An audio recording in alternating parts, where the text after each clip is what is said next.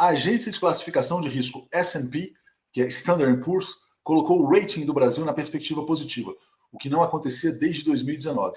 Políticas monetária e fiscal estáveis são uma das justificativas. Ou seja, quando Lula foi presidente, Léo, o Brasil alcançou uma coisa chamada grau de investimento.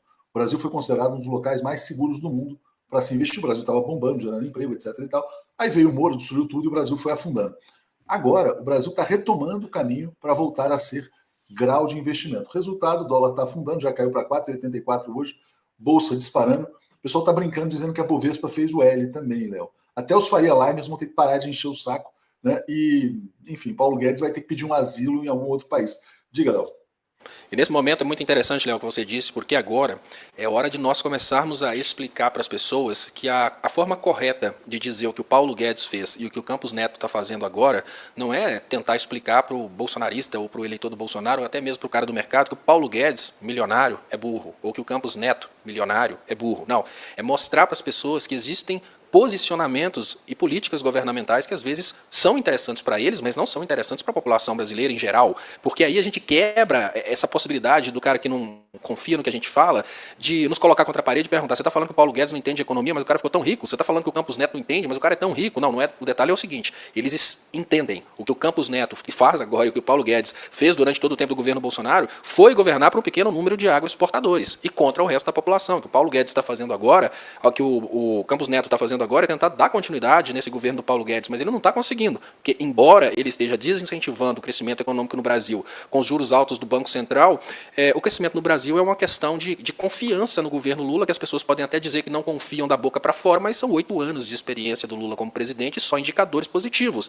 Então tá difícil, mas o importante agora é acertar e afiar principalmente essa consciência de classe também na política do Banco Central, principalmente nas políticas do governo, nas políticas fiscais, na política do Banco Central. Olha, diferença de classe, né? A política monetária, que às vezes é bem interessante para aquele top 0,1%, no qual estão Campos Neto e Paulo Guedes, pode não ser interessante para o resto do Brasil.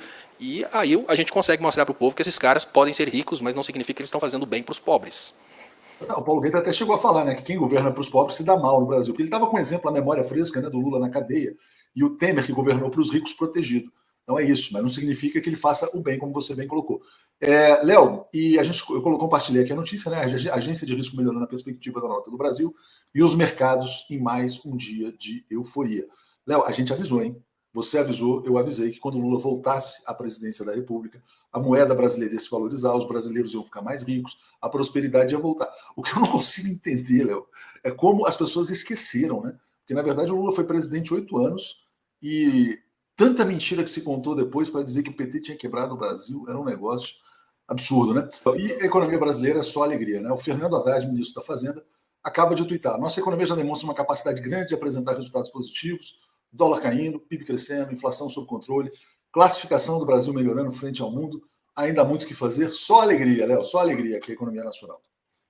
Exatamente. O interessante, Léo, é que eu te falei sobre. Lá no início a gente falava sobre essa questão do lado racional e do emocional. E acabou que nós só demos uma pincelada na desgraça do Bolsonaro e é tanta coisa boa para falar que o lado racional de que o Brasil está melhorando, ele acaba tomando conta da live. E é exatamente isso. E aí agora o que eu penso é o seguinte: imagine o próximo ponto da economia brasileira quando a gente tiver a redução de juros, a chantagem do Banco Central parar. E isso vai acabar acontecendo, Léo, porque dessa vez, e nesse ponto, todas as vezes que eu falo isso, eu parabenizo a Glaze, porque foi uma inteligência muito grande não deixar o Lula e o Fernando Haddad com essa obrigação de bater de frente com o Banco Central, né, ou seja, não deixaram o Executivo com a obrigação de bater de frente com o Banco Central, isso ficou nas mãos da esquerda dentro do Legislativo. E essa conscientização que a Glaze e as demais pessoas do Legislativo estão promovendo no que diz respeito à política do Banco Central contra o desenvolvimento econômico, tem puxado a coragem de várias pessoas. Nós já tivemos as montadoras parando e atribuindo a questão dos juros do Banco Central. Agora nós tivemos o posicionamento da Luísa Trajano também sapecando o presidente do Banco Central nessa questão de juros e falando que mais pessoas vão quebrar por causa disso.